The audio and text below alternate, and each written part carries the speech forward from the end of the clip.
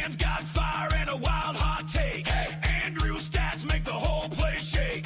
Laughing loud when your team goes down. Straub boys run this sports town.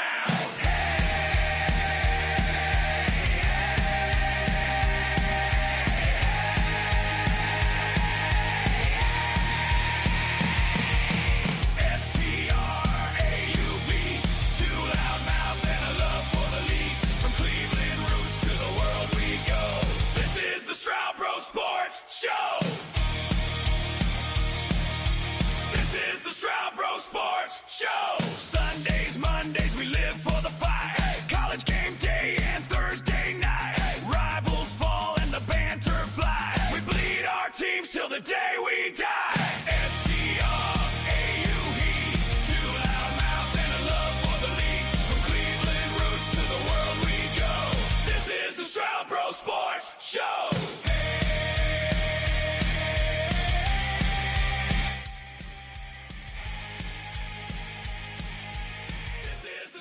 Welcome, everybody, to the Straub Bro Sports Show.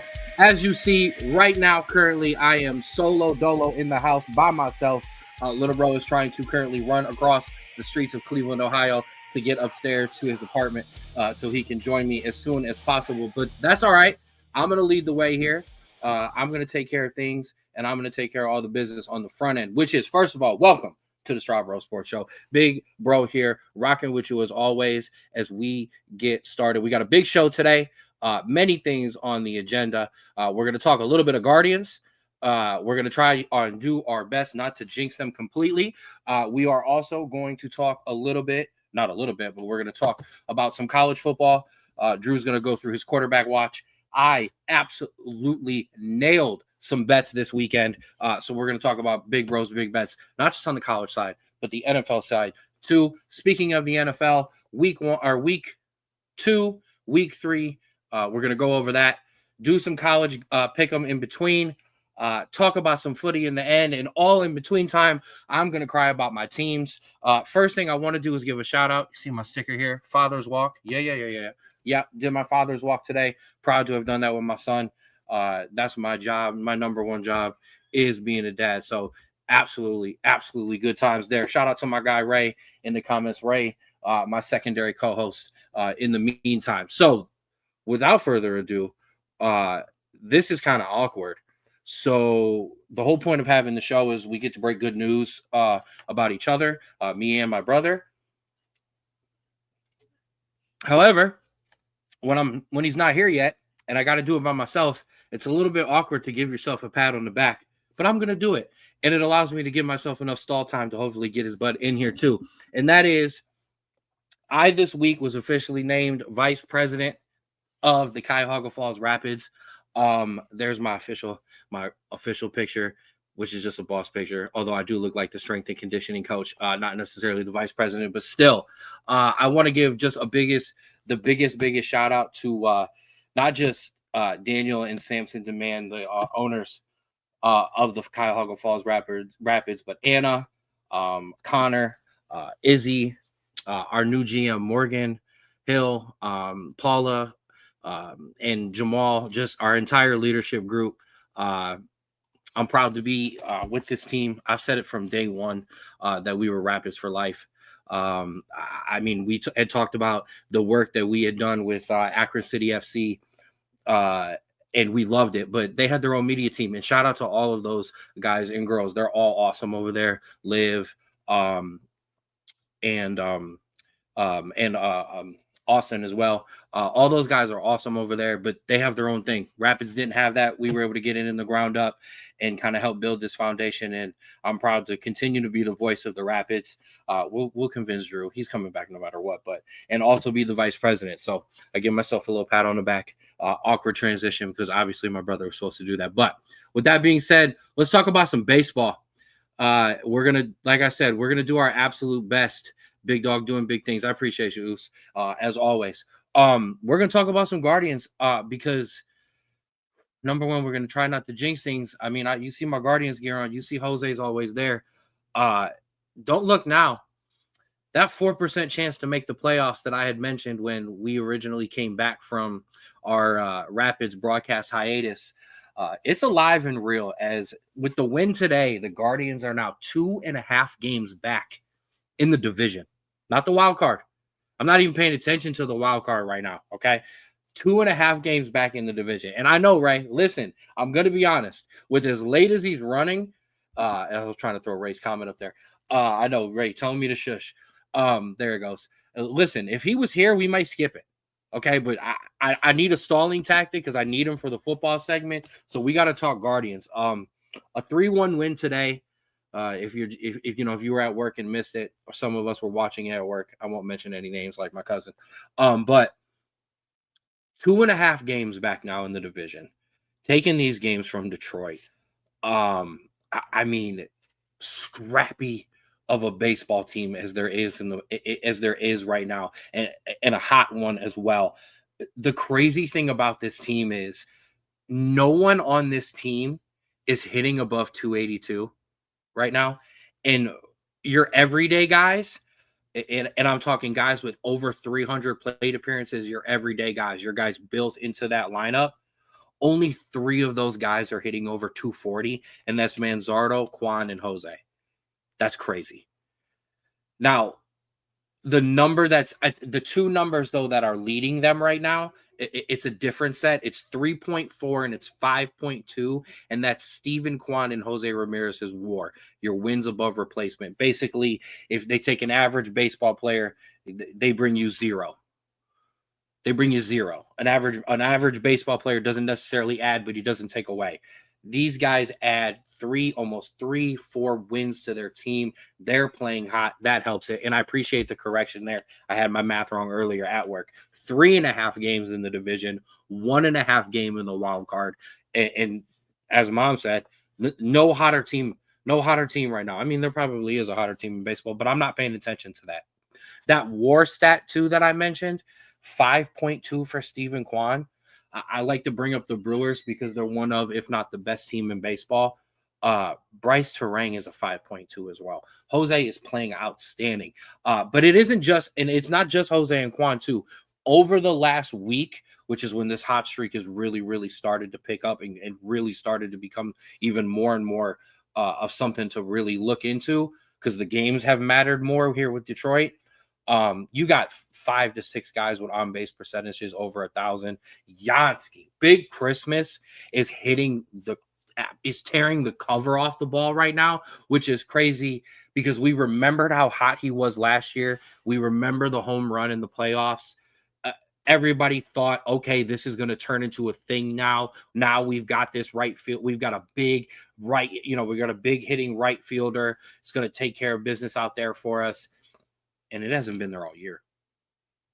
I mean, he has spent, I can't cap a percentage, but he has spent majority of this year down in the minors. So for him to come up now and just tear it up like he has been amazing. Manzardo's been there. It's actually funny. Me and my brother is, the guy who's supposed to be doing this other half of this thing with me. We were at the game Saturday night, in which they took down the White Sox and we're hitting the ball nice too. So, I mean, I don't want to say it shouldn't be happening. And this is a big, I mean, we saw that last year with Fry, and Yansky Noel, we got Kenzie Noel, big clutch guys, big moments. Some guy, big players make big plays. And the thing that is nice, and I know, and I'm going to go back to this, Ray, and I apologize in advance. Okay. But technically, if I'm saying it here by myself, does it count as me saying it on the show? I don't know. We'll figure it out. But most years, this team has been in control of lately. This team's been in control of the division. And as we get here into this September, October, we're playing good baseball, but sometimes the bats go a little quiet. The games haven't meant as much. This team is fighting for its life right now. The scariest team you can be in baseball, the scariest team you can be in hockey, sometimes even the scariest team you can be in football is the team that just gets in there because you have been playing playoffs for weeks beforehand. You don't have to get ready for the playoffs. they're in playoff mode right now. Guardians have to win every single game. It is win or go home every single night for this team. And while it can burn some teams out, the nice thing about this team is they're young. You're not going to burn out these young guys. And Jose taking off the All-Star break, getting the DHs that he's gotten, he's been able to be healthy. Normally, Jose's walking into this section of the year banged up. For the most part, we're healthy. Now, I will say, I'm not going to lie, would be kind of nice to have Bieber right now. But we also did not expect to be in this position to be playing the incredible ball that we've been playing over the last however long it's been. So, can the pitching hold up? I mean, I don't know. It's holding up now. And if the bats come alive at the end of the day, I mean, they're going to carry you. I mean, we know about all the issues, but at this point, I don't care about the issues. I just want to see this team be able to compete and possibly make some noise. Get yourself in here.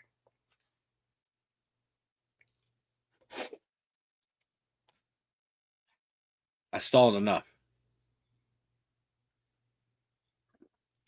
And we can't hear you. So, well, great introduction. How about now?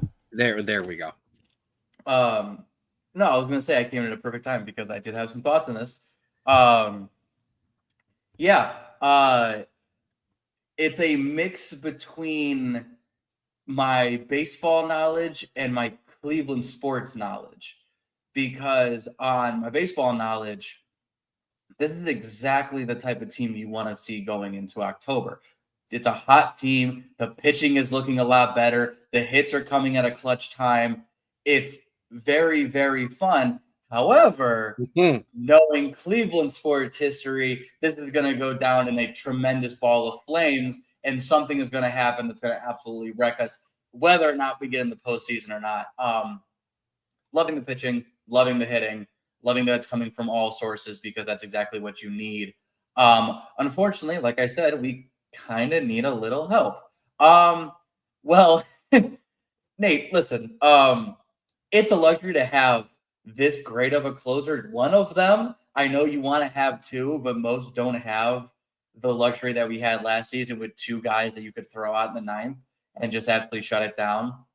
But honestly, I don't mind our bullpen. We have a couple guys that, maybe are looking a little lackluster beginning of the year, but Junis just threw a scoreless inning. Yet last night, Colby Eller threw a scoreless inning today. Matt Festa looked okay, looks pretty decent. It's one of those things where, are we absolutely equipped for a World Series run? Absolutely not. But to come from where we were, especially right after that 10-game losing streak, to even be in this position right now, I think is something that could put in a testament to not only the players, but to Stephen Vogt himself, to really make sure that this team did not give up on this season and played it out as best they could. Because, listen, the draft is not like any other sport. Tanking isn't really the best option for you unless you're that bad. And so continuing to fight, continuing to try to do it, and actually succeeding at it, I think is a success all in itself, especially in this difficult September month that we've had. And so I'm excited just to continue to watch some baseball, whether or not important baseball, I should say, whether or not it extends to the end of the season or even past that will yet to be seen, but it's fun. Welcome. Thank you. Hello. It's good to have you. Ray wanted us to play the music again because you just got here. I don't think we'll save that. I also had to awkwardly congratulate myself.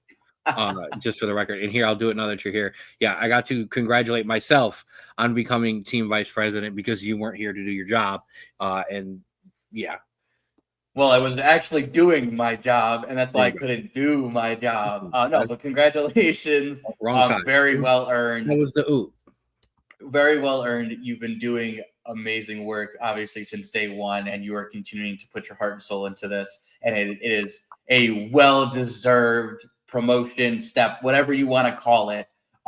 Congratulations to you. You've absolutely been ecstatic for this entire thing, and I'm glad to be along with you to even experience it through your own eyes. So see, that was the important one, and I didn't say this on the front end, so I get to say it now that you're here. Absolutely. I love this team so much. I do put my heart and soul in it. I love this team a lot. Regardless of all of it, I get to do it with my best friend. I get to do it with my little brother, and that's the best part of it. So I love Oh you. yeah. By the way, because I wasn't here to talk about it because you made me wait till after the show, the freaking Facebook video you put out there that I had to watch sobbing my eyes out at the baseball game that I went to, like, oh my God. Thank Love you. you. Love I you. want to say thank you. I want to say on the show, thank you, and I love you. But Appreciate you. geez, man, like I didn't need all that. Yes, you did. Yes, you did. You deserve it, kid. I'm proud of you. Oh, All right, enough mushy stuff. All right, let's get back to the sports. It's time to talk. I'm done with baseball. I use it to stall out so I can get to the good stuff with you. And that is a lot of me whining and crying today. That's what it's going to come down to.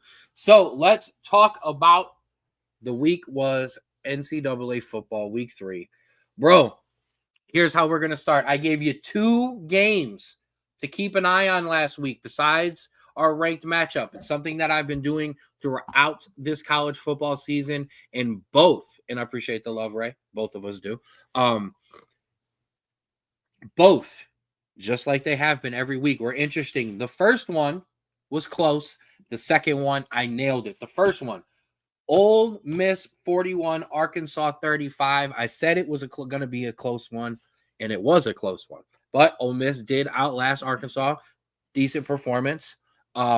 Any thoughts there? I don't want to ruin. I don't want to tiptoe all over your quarterback segment yet. But any quick thoughts there on that game? Actually, I do have a question for you. I apologize. Yeah. Short and sweet. Is Ole Miss's defense good enough to hold on in the SEC? Oh, why? What? Short and sweet. I don't know how you even maybe go short and sweet there. Short term or short answer, no.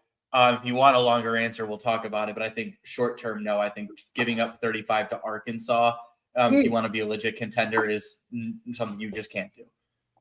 I like that. The other one, Drew, I called it. I nailed it. I told everybody last week that Clemson was on upset alert, and Georgia Tech took care of that for me. Georgia Tech 24, Clemson 21. I said it, and I bet on it too. Appreciate that.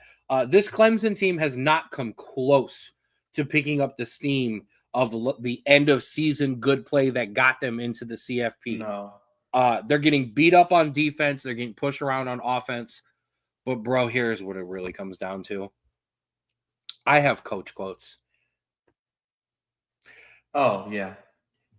Now, being 1-2, dropping out of the top 25, Clemson coach Dabo Swinney was fired up and said, quote, "If Clemson is tired of winning, they can send me on their way." So another easy one for you. Another little layup over here to you. Is this the same old struggle that we see now with this Clemson team year in, year out, but will come back? Or is this team just not good enough?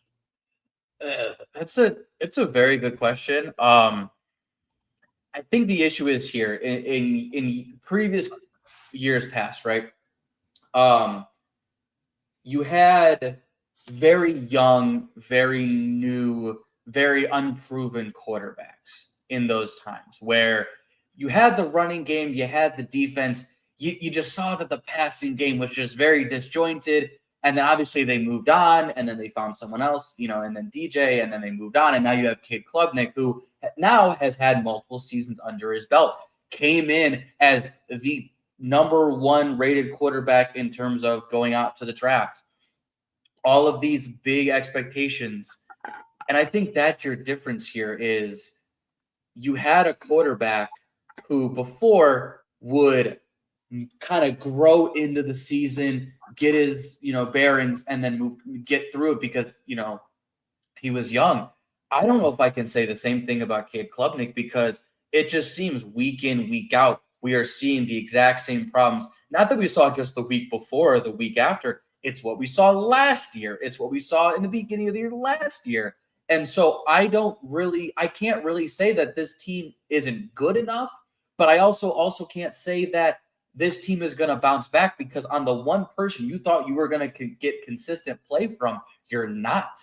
And so I think that's your biggest question here is, can Cade Klubnik prove that he is this first round draft pick potential that we've all said he's going to be? Or is he just going to be another quarterback since Trevor Lawrence to just flop at Clemson?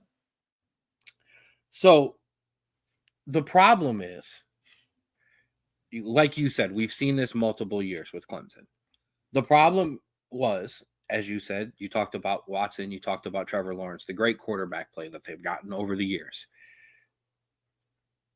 I don't think Cade Klubnik is in the realm of Deshaun Watson and Trevor Lawrence. And I know the problem is sometimes this show is very much mixed in with NFL viewers and college viewers. So sometimes when we're in this college segment, you got to stay with us in here and just remember college. Deshaun Watson was lights out in college. Trevor Lawrence came in as a freshman and won a national championship. Okay. These guys are outstanding college quarterbacks, some of the best ever. Okay.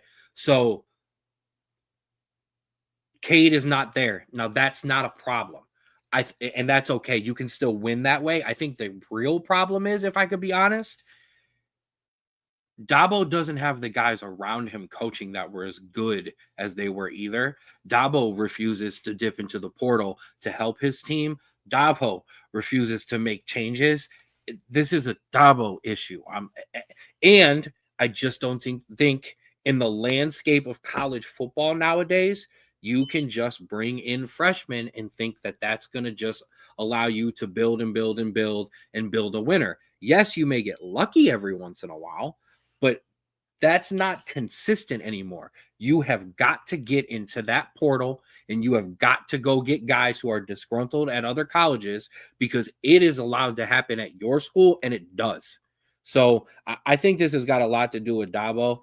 The problem is he can go reset and restart anywhere he wants. If he continues to do the same things, he's going to continue to lose and not be able to get them back to where they were, where he got them recently. No, I think you're absolutely right there because you see, yes, absolutely. You lose key players. And like, I know we talk about Clemson sometimes as like, some people, at least maybe not us, but some people put them not in that top tier category, but a tier below. If we're talking about funding and backing, that's one of the best in the country. They bring in money to do this. If he goes to another school that's not SEC, I guarantee you, he's not getting that same funding and is going to struggle even more if he isn't bringing in these transfer recruits. And so I think that's where you really have to someone in that organization has to get the job and go, listen, I understand that you want to grow these players. You can still do that, but you are not going to have a job for long if you do not bring in players and make this team successful again, because you cannot continue to have 3, 4, 5 lost seasons and continue to keep your job, no matter how good you were. The song has Ken's hot takes. Okay. Here's one to write down for the future. Alabama, maybe not this year, but let's talk next year. Alabama will fire its coach. Dabo will go take the job that he's always wanted, the Alabama head coaching job. And then all of a sudden, you'll see a Dabo Sweeney that knows all about the transfer portal and NIL. Guarantee it. All right, let's move on so we don't dive too much into a 1 and 2 college football team. Let's move on to our ranked matchups as I go back to our top 25 board. And yes, don't worry, Nate, I'm going to get through these ones quickly. Miami, 49, South Florida, 12. Bro, it was a good run for South Florida. Shout out to Mail at the 216 Sports Network. What's going on, brother? Appreciate you for checking in with us. It was a good run for South Florida. They tried to become the first team since the 1987 Miami Hurricanes to beat 3 straight ranked opponents to start the season. And Miami said, nah, bro. 3 tutties from Carson Beck. I won't say any more. I'm going to leave your quarterback play to you. But 120 yards on the ground from Mark Fletcher Jr. This defense, 2 sacks, 4 tackle for losses, an interception. Bro, this is the largest margin of victory for the Hurricanes since 2001 against a ranked team. Now, Drew, don't South Florida be okay. Last year I said the U was back. Bro, did I also mention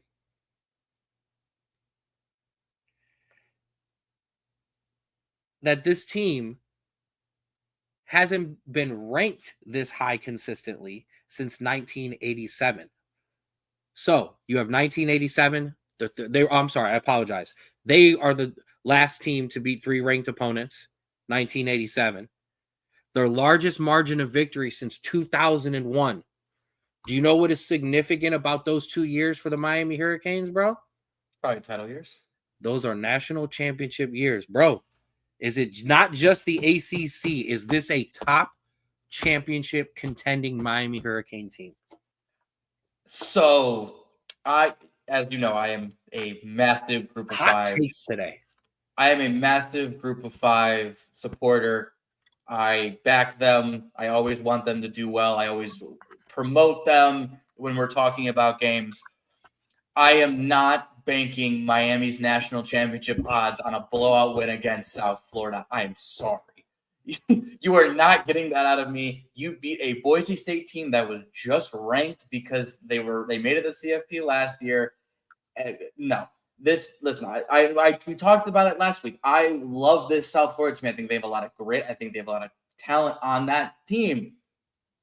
There was no match for this Miami team. And like I said, even the largest margin of victory against a ranked team since 01, yada, yada, yada. I'm not banking your title odds based on a win against a group of 5 team. I wouldn't do it with Ohio State. I wouldn't do it with Texas. I wouldn't do it with Alabama. I like this Miami team. I think their defense is outstanding. I think that their offense is really good. But you got to show it against one of these top teams. Listen, Notre Dame, very good. We'll talk about it up to a really slow start. I'm not counting that win that much. This one here, I'm not counting much. I have to see more. I have to see conference play. I have to see all this. Great start, but I even called this that Miami was going to smoke them because it's not the same Miami team that's making mistakes. And I think that's a difference, but it's not the same. Would it have helped if I didn't fumble the first half of the stat and I had it more together and it flowed a little bit better? No. Okay. All right, we'll move on. So in your late night game Saturday, that's also a good point. Yes, it's a lot tougher. So even if you get there, anything could happen in the playoffs. But listen, if Miami gets there and they make it to the quarters or the semis and they get bounced out finally because they've ran into something or something, I'm not going to say they had a horrible season. No. In your Saturday night game, Texas A&M 41, Notre Dame 40. I'm 0-2. I got no defense. My offense has scored 24 points and 40 against an elite defense and a top 25 team. That's enough to win a damn game. Marcus Freeman has ruled out play calling, but has said he would take more time for the defense if needed. I don't know, Coach. You think? Go ahead. So I'm going to be the light of this conversation. So, one, yes, we talked. The offense looks phenomenal, and I think that's the first time your offense has looked phenomenal in years. So I'm going to give you that. Also, I want to say you did lose like half your defense. I know. And so you got to give them time to really kind of mesh and I get you had such an amazing, immaculate season last year. And if you had this offense last year, you might have won the whole damn thing. I'm just saying. But you have to give, one, the players time to kind of mesh and get together. But two, you also have to kind of give the coaches some time to truly understand how this defense is going to work. Well, you had a hard-ass first couple weeks. It sucks. I'm sorry. You gotta just give it some time. Listen, I know you want to be. You're not a Nick Saban Bama dynasty. You're not a Clemson dynasty during those years. You're not reloading and retooling as quickly because you're not bringing in those recruits. And so you just give it some more time. You're gonna be okay. I said at the beginning of the year that this team was building for next year. Next year is when all of these young freshmen and sophomores are all supposed to come together. Don't you, Ray? Um, it still sucks to be 0-2 because the problem is none of you all act like this in real life. You all talk your shit and you run your mouth to me, not you, but everybody else. I tell you I love you Okay. every time you lose. I don't know. So I don't know what else you want from me. the amount of people who have just randomly asked me, so Notre Dame's 0-2. No shit. You don't think I know? Yeah, like obviously. So yeah, it sucks. Moving on. I don't want to talk about this game anymore. Here we go A against great game, by the way, for a neutral. Oh, it was awesome game. It was an awesome game, regardless. In our heavyweight matchup of the weekend, Georgia 44, Tennessee 41 in overtime. The game that won me our pick'em last week, making me 2-1 overall. Bro, we watched this game from about 8 rows back from home plate at the Guardian Saturday. Shout out to the guy in front of us who had a little parlay going. That Tennessee Blue. That Tennessee Blue. Shout out to him. We kept him informed. We were a little bit in front of him, but bro, it was worth it. Tennessee did everything it could to try to slay that Bulldog curse, but them dogs got bite. And Drew, I know you've got the quarterbacks on lock this year, but Gunnar, Stockton, and Joey Aguilar balled out. No, you're absolutely right. The only reason why I didn't put, I'm going to just say the only reason why I didn't put Joey Aguilar in my week 3 quarterbacks is because he threw 2 interceptions and he did kind of cost him. I will say, so here is where I'm going to differ from you here. And I think you said it because you said the dogs came to play. Kind of, yeah. But also this Tennessee is becoming Penn State to me at this point, where it does not matter how talented this team is, how well coached this team is, how the previous results are for this team. The second that you see a good team come up against Penn State and give a little bit of pushback, they fold like a house of cards. It is the most infuriating thing to watch as just a neutral and as someone who wants to watch good football. When you see Georgia start to kind of figure out the Tennessee defense and the Georgia defense kind of start to figure out the Tennessee offense, Tennessee just throws its hands in the air and they go, well, we gave it our best shot. Hopefully this will work. And it's one of those things where I don't know if it's just the stigma of Georgia always beating Tennessee that's getting in these kids' heads. I don't know if it's just that there's no belief anymore. But the one thing that encapsulated how it feels or how you know that Tennessee just can't get over the hump is when we were watching it, when that kicker walked out to kick that field goal, the look of fear and worry on this kid's face, we immediately all said to each other in that row, he's missing that kick. He's not making it. He can't do it. And he hit it. It was going right the entire time. Could not make it. Terrified. He looked absolutely terrified. And like, yeah, everybody called it right then and there that he was not going to make that kick. No, I 100% agree. I love that the Tennessee is Penn State comparison. That is why you are the other half of this show. Drew, we did have some other notable results. Go ahead. Go ahead. Listen, I'm not going to lie to you. I didn't watch no Bearcat football this weekend. Oh yeah, you told me about it. It was a bloodbath. We were. This man went to 10-minute quarters because he was rolling up Appalachian State for the deaf and blind. Get out of here. It's Northwestern State to you. Sure. LSU handled Florida 20-10. So us Brian Kelly haters, bro, almost got a forced week off until the post-game presser when my man gave me some good ones because I got a problem here. Drew, my coach's quote streak continues. When asked about his offense struggling, he said, stop. This is your first question? Then the reporter, did what you young kids call standing on business, asked a follow-up, about third down struggles because they went 4 for 14. Brian Kelly proceeded to go off. You're looking at this from the wrong perspective. LSU won the football game. We won the game. I don't know what you want from me. What do you want? You want us to win 70-0 against Florida to keep you happy? These are ridiculous questions, and I'm getting tired of it. This football team works their tail off to get an SEC win, and you want to know what's wrong. You're spoiled. You're spoiled. Oh, I wish I could have paid for the clip. Now, I understand some of this because you did win a game in the SEC. The SEC is tough. He doesn't get, although we don't really have many, but he doesn't get the value of being at Notre Dame anymore, where he would only actually schedule maybe 1 or 2 tough games a year, and then he'd duck away from everybody else. He comes in with this, so I get it. The schedule is tougher, but then he comes in with his apology. I texted with the reporter, offered my apology, and said I'm sorry for the way that I handled things. I think it's important to understand that my standards relative to how we work with the media on a day-to-day basis, and they need to be better. I take responsibility for that, and I'll be better in the future.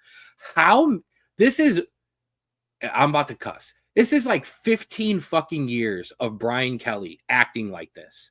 But yet he gets to sit up there and go, I'm going to be better. No, you're not. You're going to act like a spoiled ass every single time. So I'm going to make another comparison that you're going to love. And it's the key as to why Brian Kelly will never. Hold on. Jump. This is the reason why Brian Kelly will never coach in the NFL. Ooh. Brian Kelly is to football what Mikel Arteta is to Arsenal. And 2 people in this viewership right now understand that reference. And that's okay because I'll explain it. For those who don't know, Mikel Arteta is the acting manager at Arsenal Football Club soccer team in London.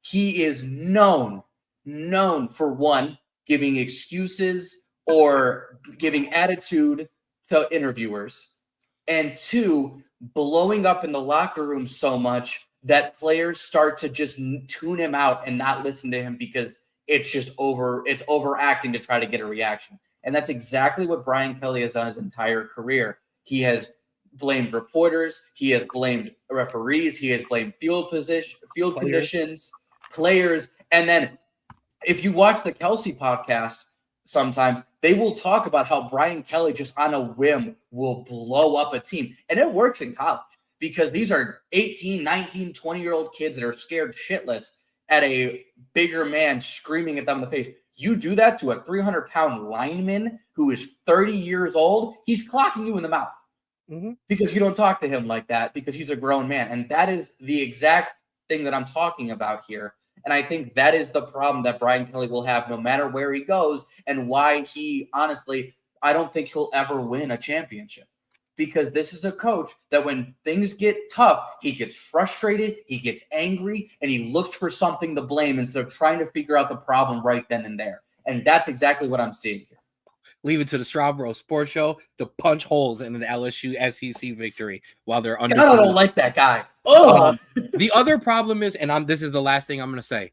If he just came out and said, I'm sorry, quote would not have been here.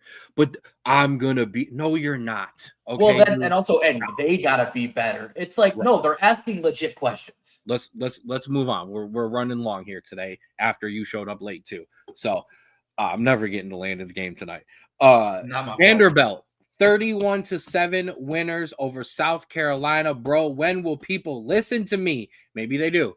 When South Carolina are underdogs, you're all in. South Carolina are favorites, you're all out. Okay? Shy away. That was a big one. First, shout out to Vandy right now. Yes. They obviously had a successful year last year, and we kind of like, maybe just kind of a flip. They're continuing to build this team up around Diego Pavia, and this team looks fantastic right now. It is amazing to watch. I love it. Mostly chalk everywhere else, bro. Oregon did struggle a little bit basically to cover. Texas was booed at home despite a 27-10 win. Not the dominant performance that they want to see out of the Longhorns, but they're winning, so let it continue to roll. Without unless you touching specifically on Texas? Just like a real quick segment. ahead. I will say Oregon. I think Northwestern had a delay in nasty field conditions, so Of I'll course. give them a pass. But I will say Texas and Ohio State as well struggling offensively so far. So maybe not just a Ohio State Texas when they faced off problem, maybe just an overarching offensive problem that we're seeing. Yeah, those freshman quarterbacks continue to kind of struggle for a lot of the bigger teams. Mine is starting to get it together. The running game has been helping. And you also talked about that Ohio team, those Ohio Bobcats. So, They look good. all right, Drew, you were late, so I'll let you go first. We'll finish up the college segment here with my bets, but it's time for Drew's quarterback review. And Drew, I do got to tell you, the Heisman favorites have officially changed in Vegas. Good. Oklahoma quarterback John Mateer and Miami quarterback Carson Beck have moved into your betting favorites. But bets are over here with me. Bro, give the people the analysis of the quarterback guru, the spreadsheet king. Get it, bro. Absolutely. And here we go. Some actually familiar names here, unlike previous weeks. Baron Morton out of Texas Tech. This Texas Tech team is disgusting. 464 passing yards and 4 touchdowns. Listen, we talked about Alabama kind of struggling. Massive bounce back performance here. 382 passing yards and 4 touchdowns against Wisconsin. Amazing shout out there. Steve Angeli, Syracuse. Listen, it was kind of not a great team, but absolutely fantastic. 382 passing yards, 5 touchdowns. Former Notre Dame quarterback. Absolutely. I wanted to shout out again a small school, Connor Harrell, 440 passing yards and 4 touchdowns. Charlotte, really good offensively so far. I know that name does sound familiar. I'll wait for you to look through it. Go ahead. I wanted to shout out 2 here because I didn't want to include my UC teams. I never like to put them in anything, but I did notice that both of them performed insanely well as a collective. I wanted to shout that out. First, I'll go UC, 21 for 23 for 3 UC quarterbacks, 362 passing yards, 86 rushing yards, 7 passing touchdowns, and 1 rushing touchdown, including Brendan Sorsby going 15 for 15, which was 1 completion away from the most consecutive passing attempts completed in UC history. Wanted to shout that out because that's honestly, as a collective, I think that's amazingly cool that only 2 drops were made. You've derailed your own segment, but go ahead. I haven't. And then 3 Indiana quarterbacks combining for 379 passing yards, 7 passing touchdowns, and a rushing touchdown. Absolutely fantastic from both teams there. Like I said, you want to shout out, obviously, the main stars of quarterback, but seeing a collective of quarterbacks just succeed just as well, I think is cool to me. And that's why I wanted to add those 2 on the list. Dude, you keep this thing fresh every week. I will give you that, okay? 100%. That's right. Can't go stale. All right, so that means it's my turn. And, bro, we had a good week, but I'm kind of mad at us, too. So we got some good locks. Arizona over Kansas State. I told you, hit it both ways, and it worked. Memphis versus Troy over. I apologize. Oregon minus 28.5 against Northwestern. Without a weather delay, we were getting that. We were 100%. Can't be blamed for a storm. Eastern Michigan versus Kentucky. Kentucky damn near hit it themselves. Missouri versus Louisiana. Missouri took care of business. I should have put the Kent State up there. The one I talked about, the one I believed in, they absolutely covered. I should have went there. And ladies and gentlemen, check out the upsets. We killed it this week, or this past week. Georgia Tech, thank you. Vanderbilt, thank you. West Virginia, thank you. Arkansas, close. Killing it. All right. So without further ado, then let's get the train rolling. We got lots to still to cover. Let's get to this week, bro. We've got 2 to keep it, or a couple to keep an eye on this week. Okay. So we will run through these kind of quickly. Number 21, Michigan at Nebraska. Michigan. Oh, and by the way, Drew, putting you on the spot here. These are our pick'em games too.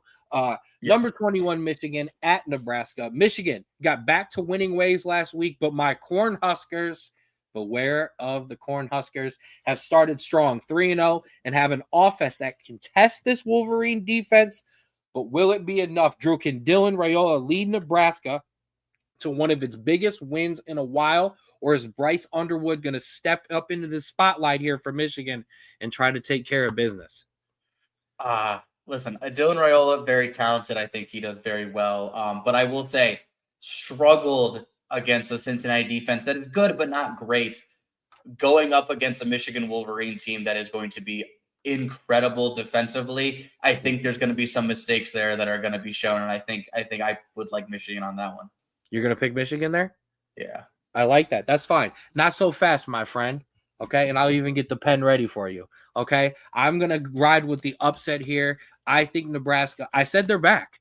In order for them to be back, I'm going to have to lose a pick here if I'm and not necessarily go with might be the betting odds, but say that they got to take a step. They've got to win a game this year that gets everybody's attention and goes, oh, hey, wait a minute. I think this might be it there. We'll move down south. South Carolina at number 23, Missouri. My Tigers are red hot, but my Gamecocks love an upset, Drew. I'm very torn here because these are two of my betting favorites. Is Missouri finally for real? Or is South Carolina just going to knock them back to earth, bring them back down in the SEC, and we get rolling because there's bigger teams there?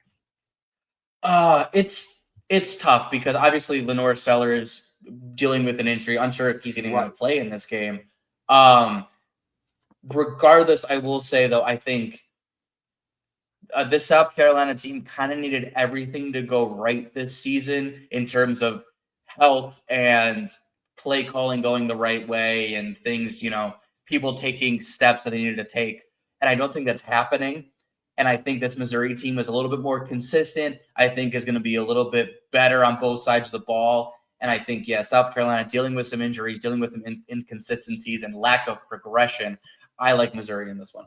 I don't think it's time yet for Missouri to cool down. I think Missouri, I think they may struggle early. I think South Carolina is going to put a lot in. I think the defense will play good. But, I think Missouri being at home helps too. I think they'll be hyped for it. I think they'll be good to go. So we both have Missouri there. That's an easy one.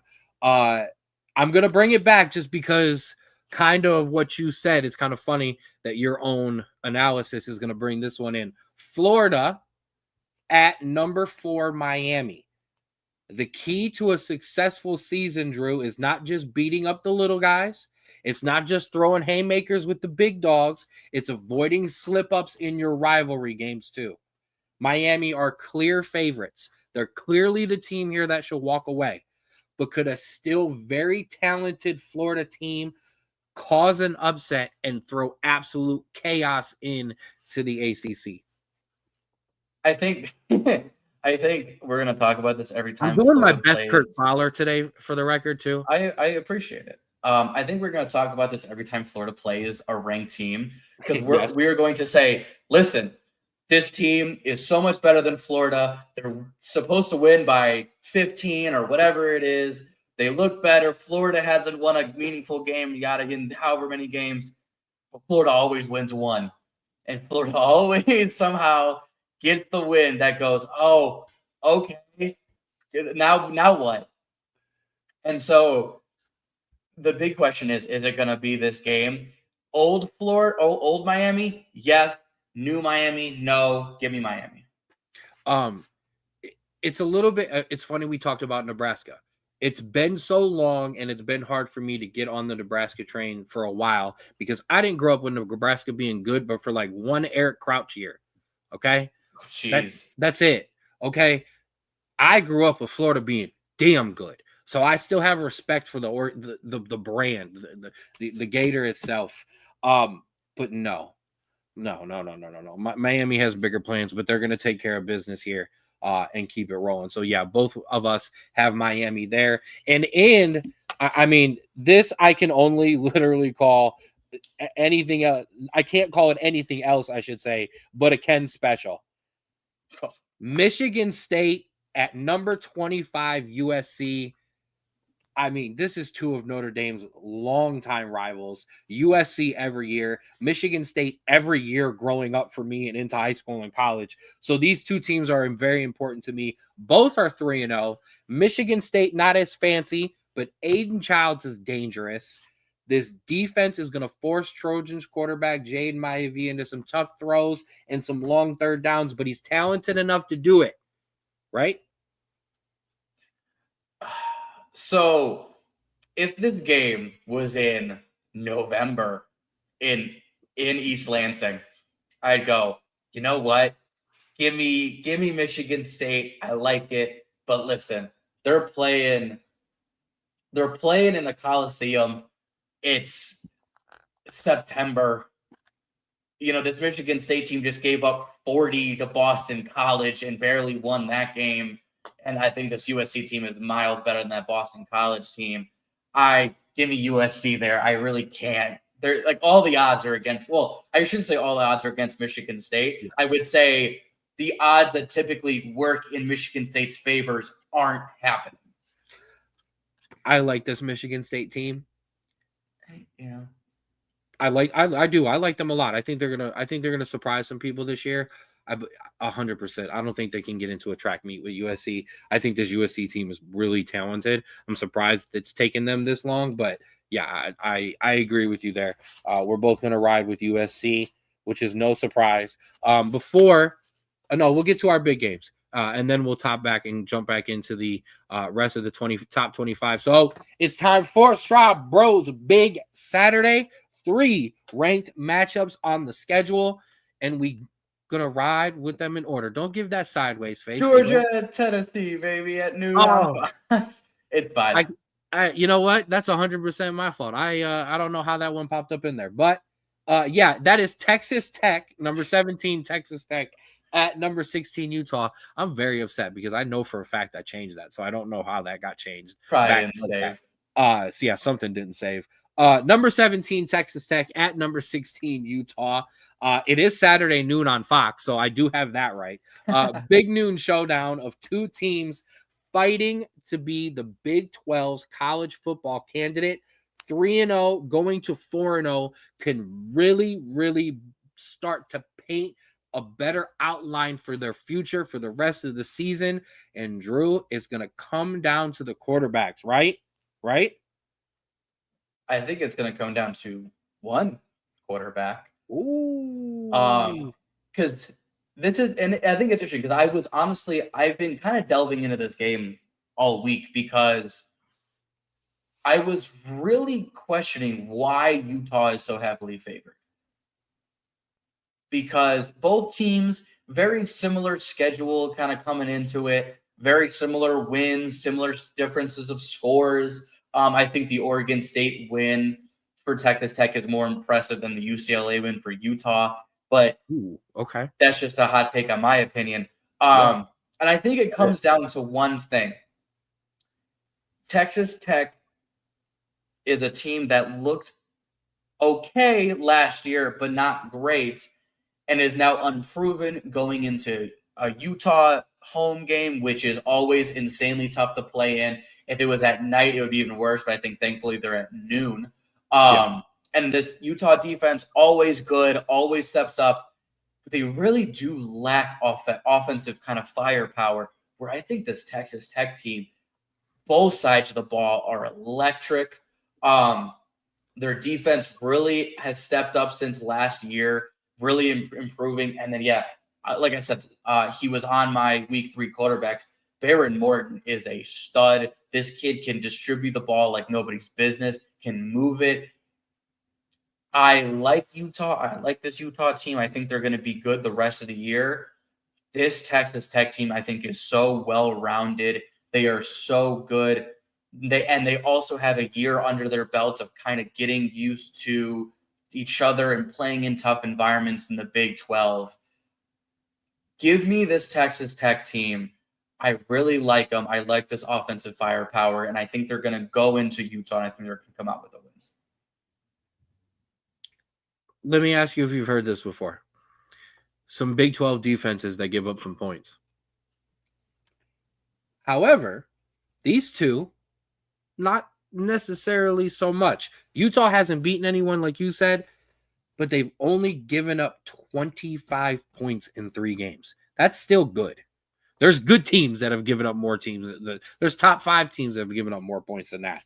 Texas Tech has only given up 35, but 14 of those were to Kent State. So whose defense is legit, are either legit?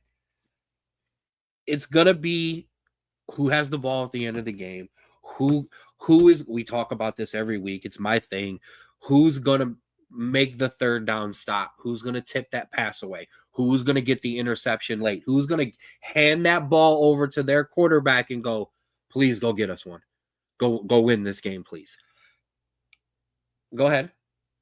I was going to say, there are, off just memory, probably about 4 games a year in the Big 12 where I go, these games were in the top 10 of finishes in college football that year, because there's just always great scoring. It's always close. Even if one team gets a lead, the other team always somehow comes back and makes it a close game. This is one of those 4 games.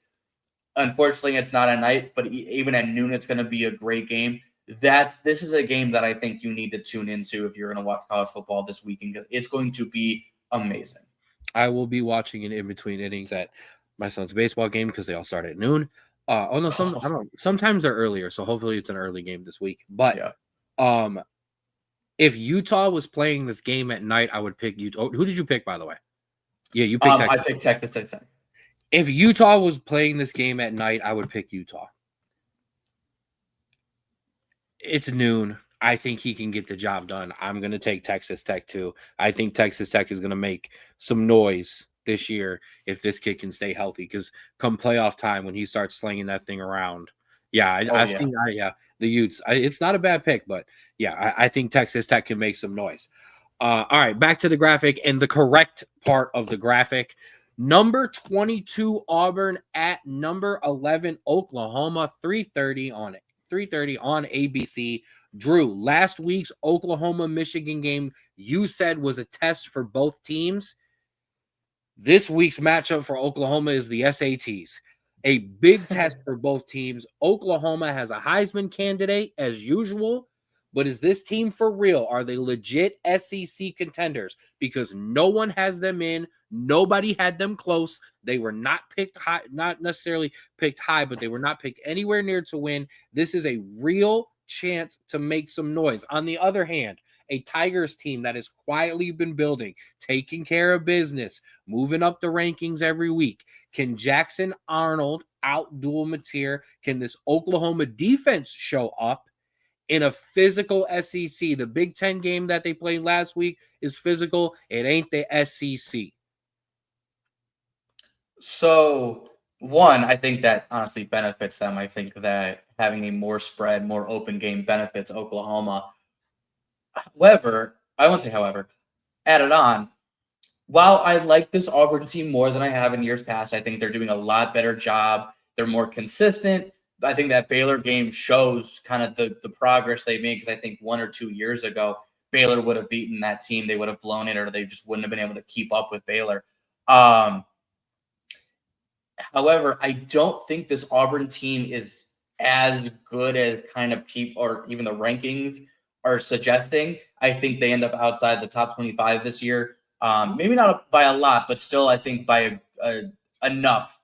I don't think that they're kind of edging that top 25 to 30 range. I think they're still a little bit past that.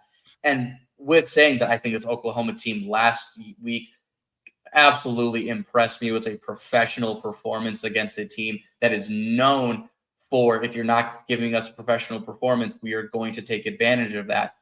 This week, I think it's a lower caliber team. I think this Auburn team is good, but not as good as Michigan. I think that it's going to give Mateer a lot more time to throw, dissect that defense. And while this Auburn's offense is good, it's not great. This Oklahoma defense, I think, is good enough to kind of slow them down.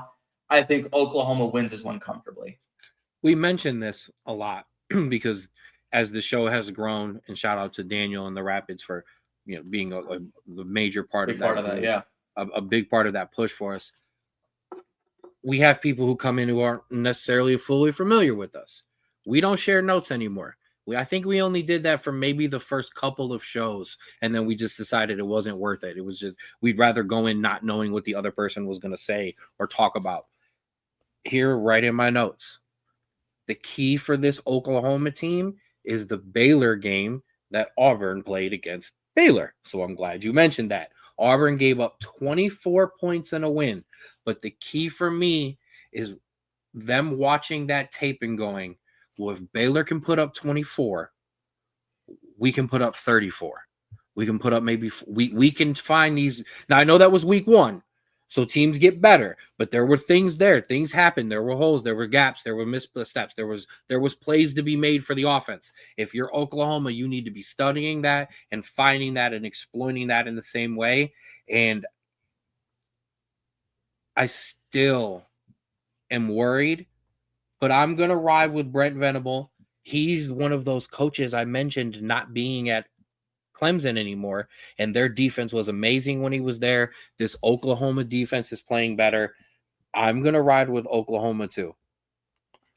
It's one of those ones where I think the outcome of this game was so solely dependent on how Oklahoma looked last week.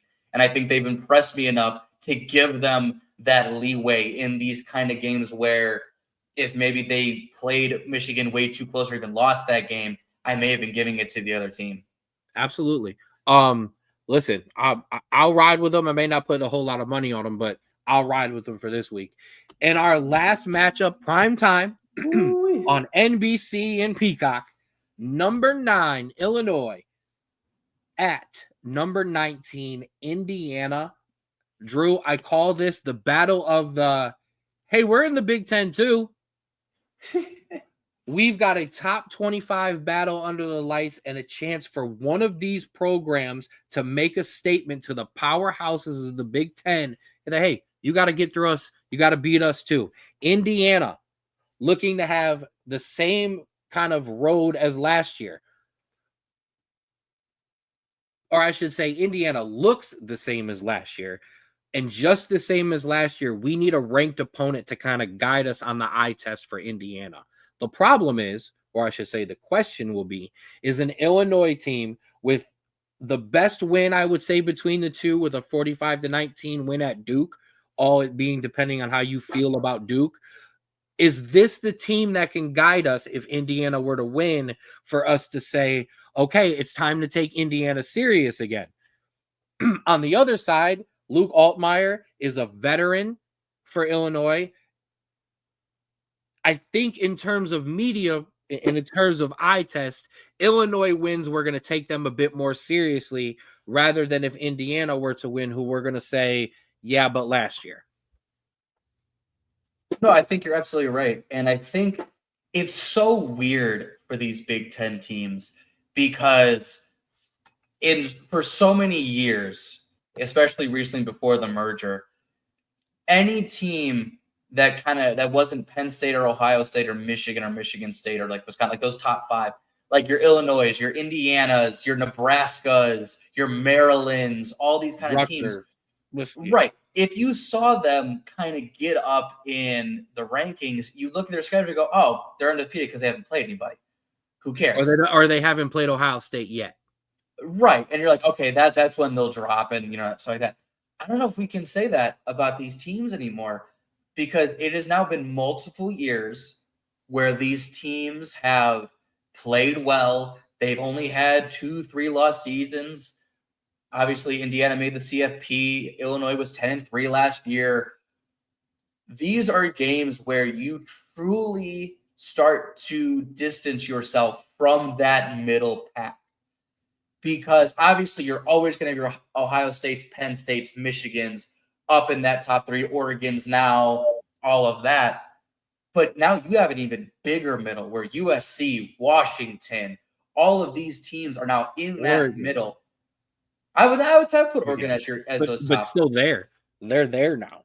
Here is where you go, no, we are just below those top 3 teams. We're not in that middle boat anymore. And I think Indiana got a taste of that last year.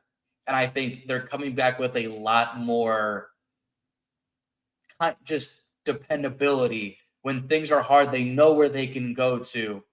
But man, is this Illinois team hungry. Oh, you can see it in how they play. They are so ready to stop being that lowly Illinois team that their biggest game is maybe playing Ohio State close in the Illabuck. You know what I mean? It's one of those games where it's okay, that this is our CFP, this is our national championship game. No, they want more. This is going to be a close physical game.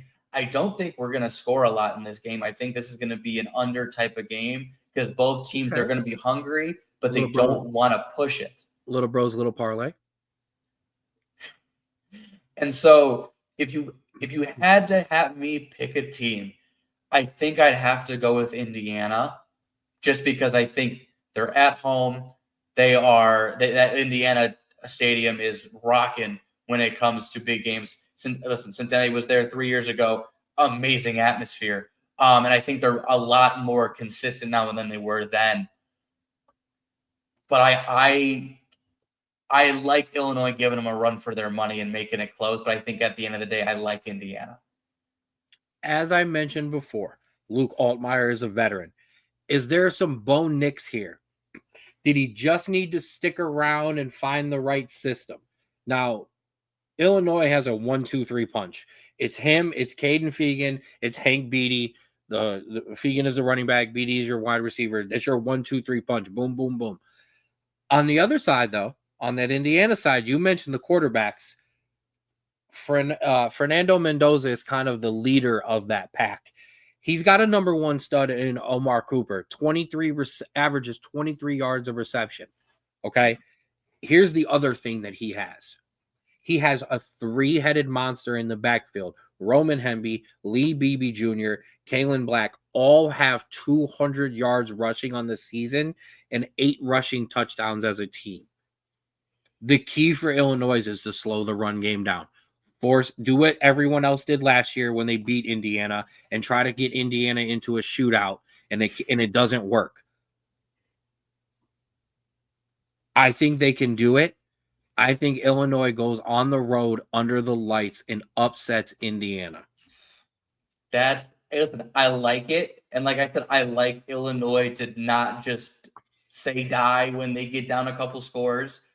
But I think as a personal witness of that Indiana stadium when they get rolling, I don't know if Illinois has the firepower to break through. I think the veteran quarterback is going to be what gets them there.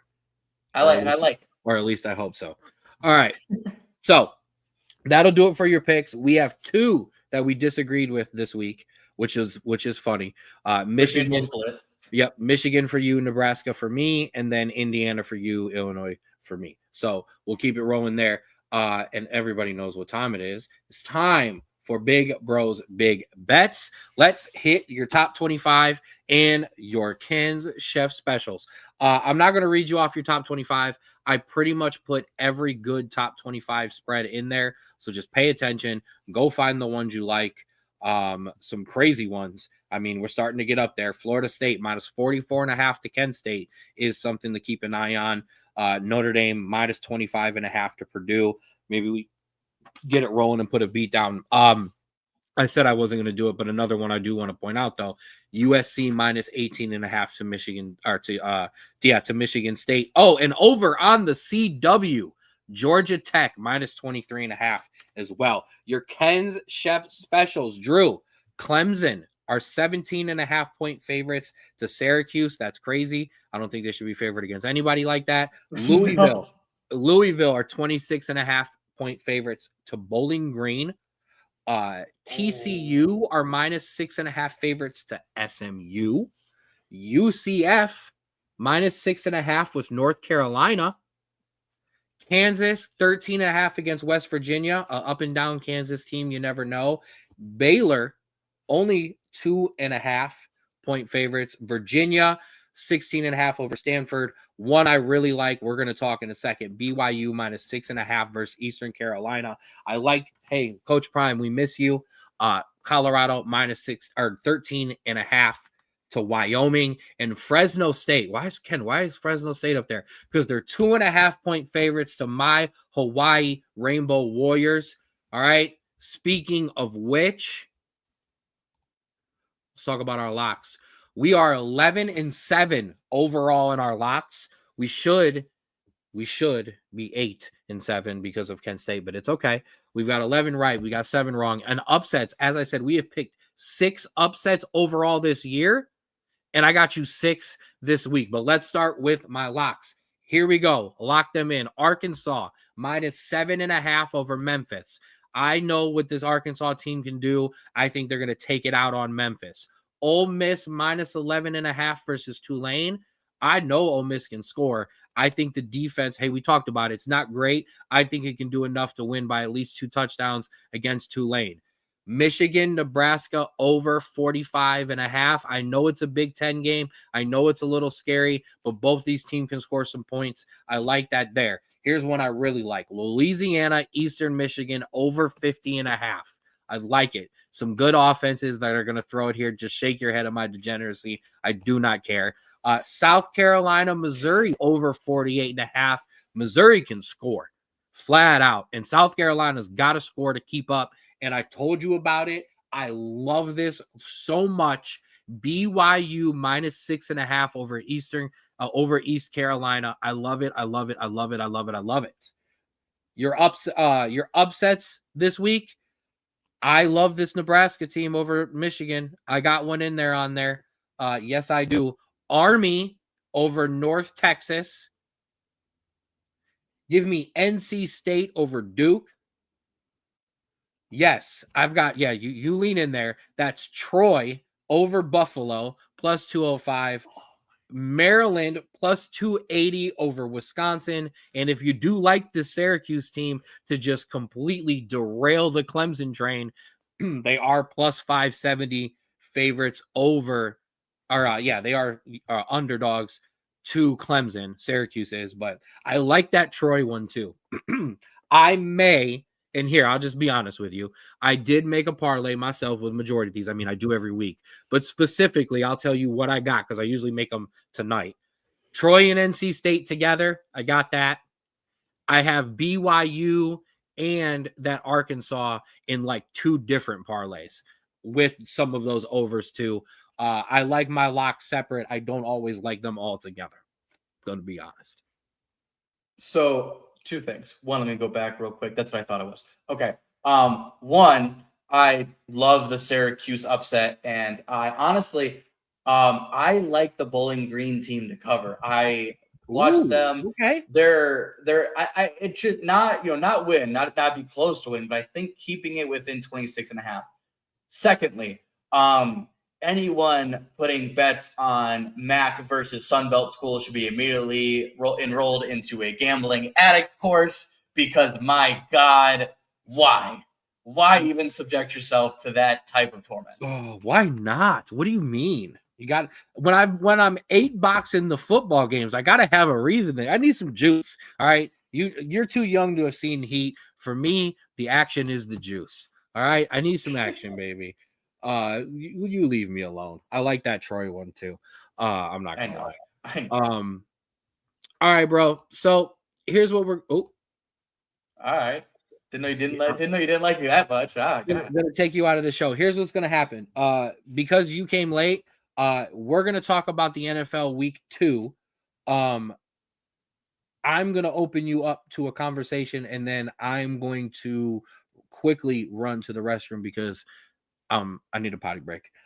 So I do want to mention though, one of my teams finally won this week. Can Brandon Aubrey play for Manchester United as well? But before we get started, let's run through some of these big news and big injuries, and I will let you have a conversation about one of them or something. May have put up the results too quickly. That's okay. Where you were going. Because I want to start with the injuries before we get to the results. And here is the first one. Justin Fields out for the Jets. Tyrod Taylor in. Concern? I mean, it's the same style of quarterback. I'm being honest, I think one's just a little older. I think there's no change in the scheme whatsoever. So I think they'll be just fine. Packers wide receiver Jalen Reed is going to be out for a while with surgery on not just a broken clavicle, but a Jones fracture in his left foot. Ouch. Ow. Yeah, had him in 3 of my fantasy leagues, and in one of those, I lost by 4 points. So a little upset about that one, and so we're just going to move on from that one. I don't want to talk about it. Oh, it didn't take us long for the fantasy to creep into the show. And the big one of the week, Joe Burrow suffered a turf toe injury. That after surgery combined with the rehab, 3 months for Joe Burrow. Bengals have signed Mike White, Sean Clifford to battle with Brian Rippon for the number 2 spot behind now starter Jake Browning. Old times in Cincinnati. Y'all are familiar with this. So I 2 things. One, I think we should change the name of that injury because while it makes sense why it's called that, it completely just like lowers what people think of it is. It's literally the toe getting like ripped, like the muscle getting like torn. So like that should be fixed so it sounds better. And you're like, what he stubbed his toe on the turf? No, like he cannot walk on the thing. Joe Burrow ripped the muscle in his toe. That's much better. Just call it what it is. Yeah. 2, I don't count out the Cincinnati team just because Burrow. Jake Browning actually is a really good backup. I think when they looked at it at the start of the season, he has the quickest time from snap to throw. And 2, has the obviously small sample size, has the longest, I want to say it's yards per completion average in the NFL right now. This kid can sling it. He's confident. He has great receivers around him to just get the ball out. And so, yeah, don't count out the Cincinnati team just because Joe Burrow's out. I think that they might lose some games. They would win with Joe Burrow, but they're not going to fully collapse with him gone. All right. This is going to be funny because I'm going to step away, but I'm going to tee you up to have your own bit of misery. I'm going to skip ahead a little bit. In one of the funniest storylines of the week, the Cleveland Browns outgained the Baltimore Ravens, held Derrick Henry to a crazy amount of yards, held Lamar Jackson to like 16 rushing yards or 14 rushing yards, and still got absolutely demolished. Bro, talk about your Cleveland Browns. Yeah, go get out of here. I don't want to hear you talk about this anymore. We're going to throw this up as well. Yeah, not a great game for me. It sucks because you can see how amazing this defense is. Myles Garrett was an absolute monster the entire game, but they get so tired, so tired because this offense just continuously cannot stay on the field. It is brutal. If you ever have a running back going up against the Cleveland defense, might be a good idea to bench them because they've not been able to run on them. But when you hit the 3rd or 4th quarter, the defense just has been running ragged for nearly 75% of the game so far. And it sucks. I don't want to talk about him anymore. I know he wants to go to the bathroom, but I don't want to talk about it anymore. All I'm going to say is we're going to have to get to a point where we have to play the kids. You got to see what you got there because, listen, Joe, I love you. Thank you so much for the playoff run. Your talent, the remaining talent you have is being wasted on an offense that is not going to give you what you need and is not going to balance it out. And so might as well play the kids, see what they've got. And I think that's the only chance you got. Give Gabriel, I want to say 4 or 5 games. And if he's good, let him continue to play. But if he's not throw in Shador and see what happens. Because obviously the quarterbacks we're seeing in college aren't as amazing as we assumed they were going to be. But you need to know now if you need to draft a quarterback. You can't be left guessing and draft one off a whim. You need to know now. And I think if this starts to go 0-3, 0-4, maybe even 1-3, 1-4, get Joe out of there and give both of those quarterbacks a chance. And I know he is going to run ragged about Shador Sanders and give him an opportunity, but you need to give Gabriel and the fans, I want to say the fans need to give Gabriel an honest shot and actually give both of them a good look.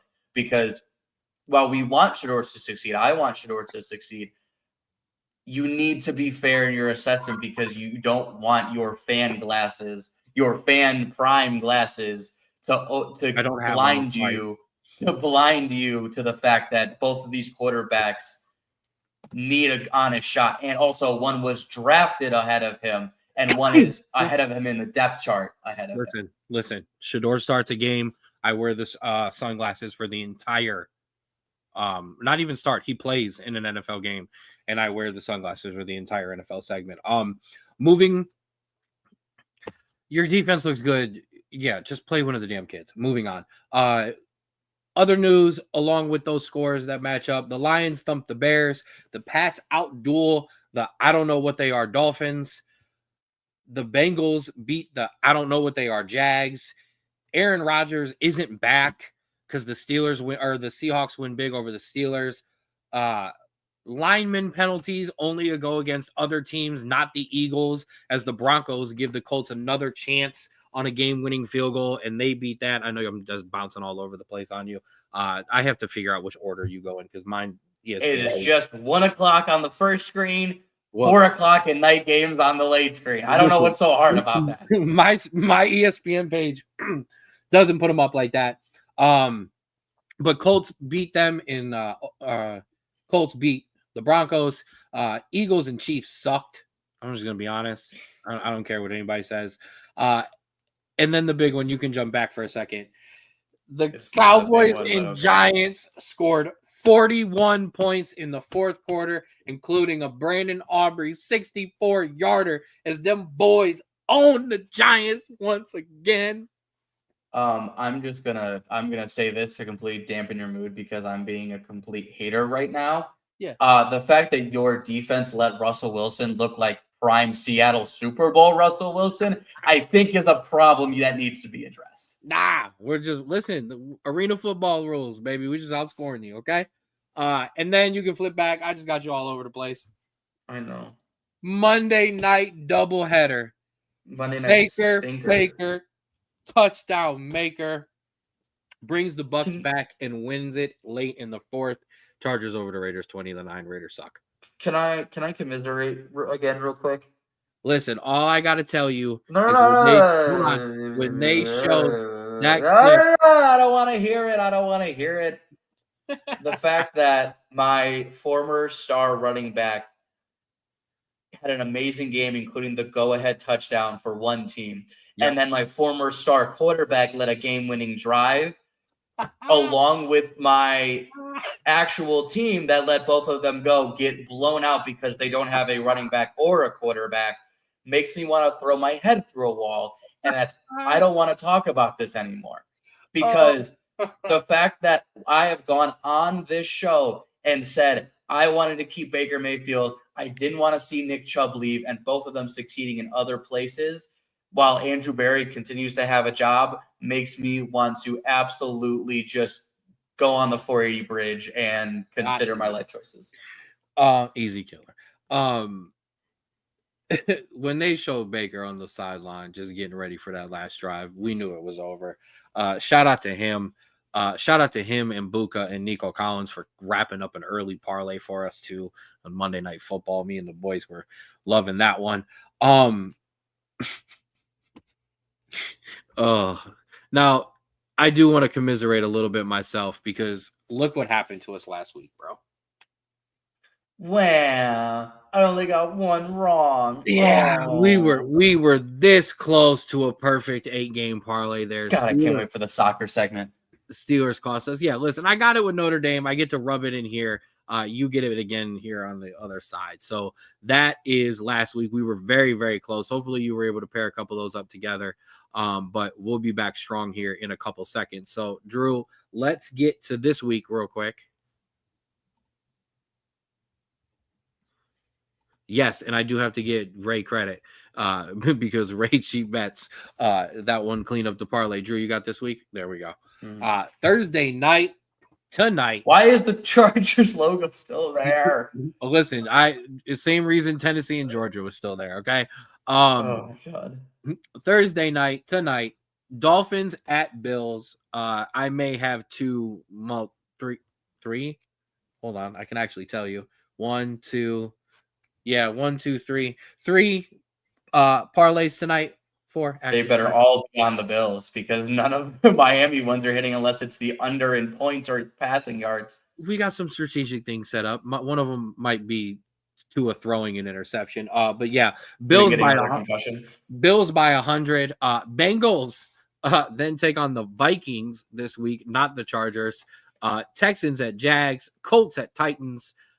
I almost called them Oakland. I do it every week. Raiders at Washington. I'm getting old. Rams at Eagles. Falcons at Panthers. Steelers at Patriots in a loser leaves town match. Green Bay at Cleveland. We're gonna get smoked. Yeah, even without the injury. Jets at Tampa Bay. I'll switch this over. Broncos versus the Chargers. There we go. Cowboys at Seahawks. Saints at Bears. Cardinals at 49ers. Sunday night, we've got the damn Chiefs again at the Giants. Awful game. That's gonna suck. Watch all the 4:00 games and then watch a movie with your missus Sunday night. I don't know. Is The Good Wife still on? I don't know. Is there something? Is there a network show to watch? And then Monday night though, get some rest Sunday because we're gonna be able to Monday night. We've got Lions at Ravens. Oh, I'm sorry. That Good Wife line was really good. No, yeah, I think let's go back real quick. Yeah, Buffalo absolutely just gonna wipe the floor. If we're talking about your most fun 1:00 games, I think it's gotta be Rams at the Eagles have been sucking. I don't like this 1:00 slate at all, if I'm being completely honest. No, get some chores done. Yeah, get some chores done. I love all of the 4:00 games except for maybe Saints and Bears, but I think because they're both not good, it might be a good game. Sunday night, that's gonna suck. And then Monday night I think is the one where you want to if you and your significant other, if they are begging you, please let's do something. Sunday is the day to do it because then you can get Monday night. You'll be fine. You don't got to worry about anything because nothing as fun is going to happen most of Sunday. I think that'll be Monday night is the one where you go, okay, then can I have Monday night to watch the game? Then we'll do it. Just check your fantasy during the day. Sunday. Yeah. You'll be okay. But go to a pumpkin patch. Now listen, Drew. We're going to test our luck this week. Oh, no. Jeez. We are 11-3 versus the money line this year. So we're going to go for it all this week. With the Bills, with the Packers, with the Buccaneers, with them Falcons, with them Vikings, throw in some Commanders, spice in some Chargers, sprinkle in some more Seahawks. All right, I don't know how I have the Seahawks and the Cowboys up there together. I don't mean the Seahawks. Put them both on there. Nope, I meant the Cowboys. Give me the Chiefs. Give me the Ravens. Put it all together. Because here, I have here. I'll just pull it up myself because apparently I screwed it up. You think the Ravens are going to win a big-time night game, primetime game? Yes. And also your score line, I apologize. 2 of your games are off. I've got Bills over Dolphins, Packers over Browns, Buccaneers over Jets, Falcons over Panthers, Vikings over Bengals, Commanders over Raiders, Chargers over Broncos, Seahawks over Saints. Oh, it must have flipped. That's okay. Seahawks over Saints, Cowboys over Bears. That's where I flipped up. Okay. Give me the Chiefs over the Giants. And yes, I have the Ravens winning over the Lions. A $2 bet would pay you $105. Put it on. Listen, I think I just wanted you to play Seattle because that's the team I think you would lose against. Thanks a lot. All right. Fine. Here we go. Our last one to wrap up the show. Our EPL rundown. Here we go again. Yes. So last week, I think all of us kind of had a rough week. Hold on. I do still have my rundown. I will give it out even though I'm depressed. Arsenal, 3-0 winners over Forest. Newcastle pick up 3 points over lowly Wolves. Spurs take down 10-man West Ham 3-0. Chelsea draw 2-2 late with Brentford. United get thumped by City in the Manchester Derby 3-0. Liverpool remain atop with their 1-0 win over Burnley. And then we will talk about trouble at the bottom. But Drew, those 3 results right there were the biggest ones of the weekend. The floor is yours. I'm done talking.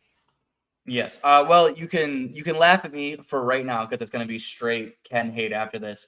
Yeah, sucks when the player you brought in just decides not to play any defense on the back post and lets in a game time goal against Brentford. Sucks to suck, Garnacho. You are already now on my shit list. I don't want you playing in tight games anymore. I hate it. But we'll move on. Also sucks for me, Arsenal thumping Forest, but I think we all kind of saw that coming. This Forest team does not look like the same it did last year, just absolutely toothless when it comes to attack. And so now it's just banking on their defense, which is not working. And then to wrap it around, I guess Pep Guardiola's comments of since he's been here, Manchester has always been blue to City has come true again as Phil Foden and Pep Guardiola outclass United. And more questions are being asked for Ruben Amorim as this kind of goes. Ken, do you have any comments or do you want me to move on?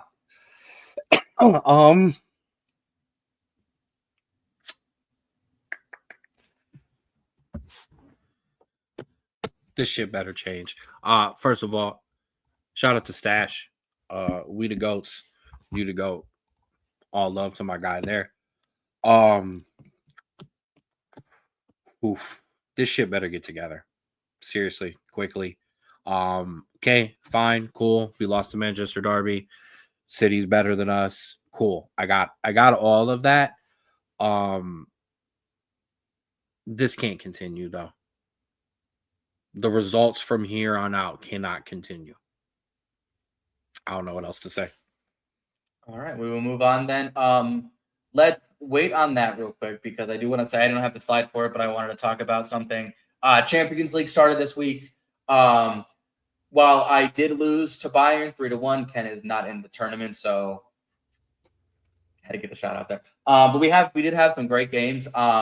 Juventus and Dortmund had an 8-goal thriller 4-4, where Juventus scored 2 in 90 plus in stoppage time to crawl back on the draw. Absolutely fantastic game. Karabakh FK, which if obviously no one's going to know, is an Azerbaijan team, beat Benfica, a very good Portugal team, 3-2. Absolutely fantastic. I'm not talking. We haven't done Americans abroad in a while because I'm still angry and upset with the team. But Tim Weah scored a goal against Real Madrid for Marseille. Some things did go Real Madrid's way, and so they did get some good calls, so they ended up winning. And then yesterday, like I said, Bayern beat Chelsea 3-1. Liverpool with a 90-plus minute goal to beat Atletico Madrid and stop the comeback that they came on. And then City won 2-0 against Napoli today in a Kevin De Bruyne reunion. And Barcelona beats and staves off a Newcastle comeback and wins 2-1. Very, very good start to this. A lot of fun games so far. And listen, Champions League is one of those tournaments. I was talking about it with some people the other day where you have your typical league where everything is very much the same style between two teams. You know what you're going to kind of get. Players are more comfortable in the league, and so they're going to play a little bit better most of the time, especially defenses. When you get to Champions League and you're kind of mixing those styles of play, players sometimes mess up. They don't play how they normally do, and that leads to some magical moments, and that's why we tune into these Champions League games, because the atmosphere and the play is unlike anything you can see in the league. I'm mad. I don't want to do the segment anymore. No, everything you said was spot on, bro. Yeah, some amazing games this week. I did get to check some out. And then obviously, no, I do not want to talk about more United States men's national team right now. They have not done enough to earn that conversation. I'm not going to back up anything else on you, I'm going to let that go and let that be the last bit of our show there. Oh, go ahead. Oh, yeah, And my bad. there's a really important reason why we have to talk about this week. Because while obviously the first one is a massive derby and a real, I guess, litmus test for both teams, as Liverpool playing well and winning late, and Everton just doing a lot better than they have been past couple years. Merseyside derby, I can't say at Goodison Park anymore, but at Everton. I've heard the stadium. I've heard things that from people who have went to that the atmosphere is just as electric, and so this should be a great game and a tough game for a Liverpool team that, while it looks good, does not look like world beaters. Absolutely fantastic. I'm going to jump down to the bottom here, where again we have another test for an Arsenal team that could not do it against Liverpool, a Manchester City team that is flying high up, a Manchester derby win. I think this is kind of, okay, who is actually going to compete against Liverpool in the league this year? I think that's a big one. But the big one here, Manchester United, Ken's team, going to Stamford Bridge to face Chelsea, my team. Ken, I want to hear from you first. Give me your thoughts on this game.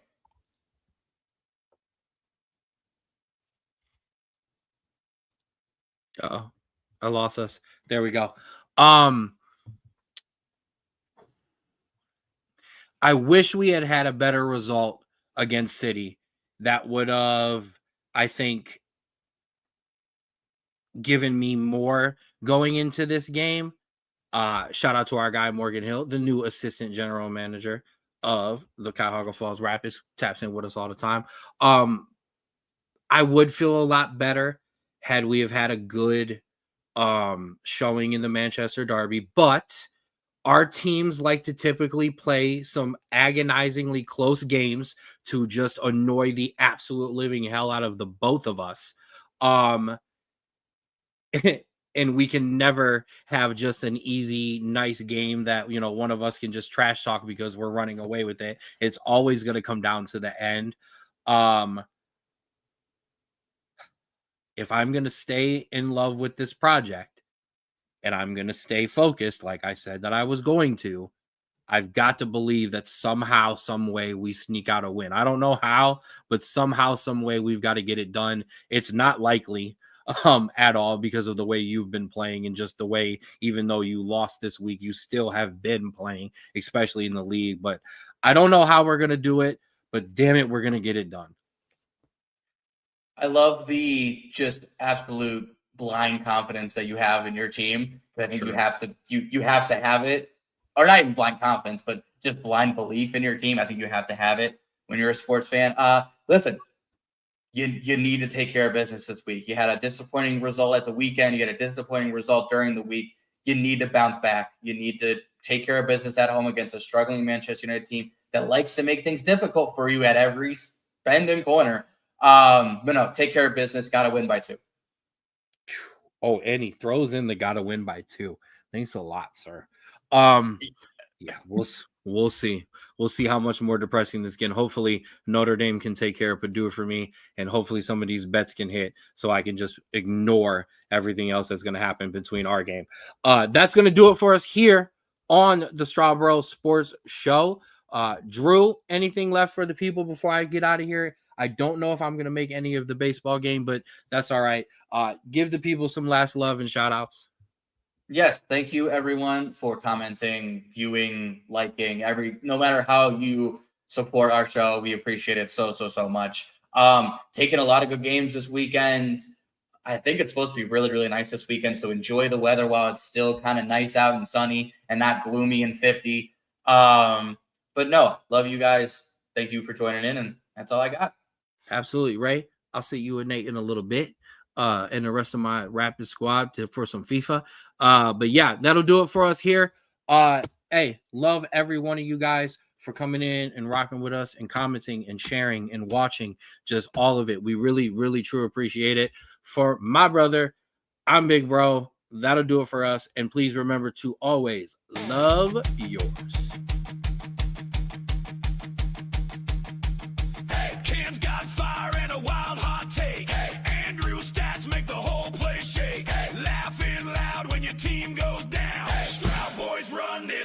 Sports Town.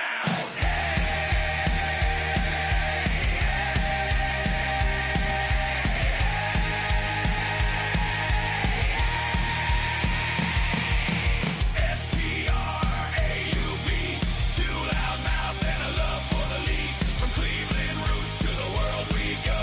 This is the Straub Sports Show. This is the Straub Sports Show.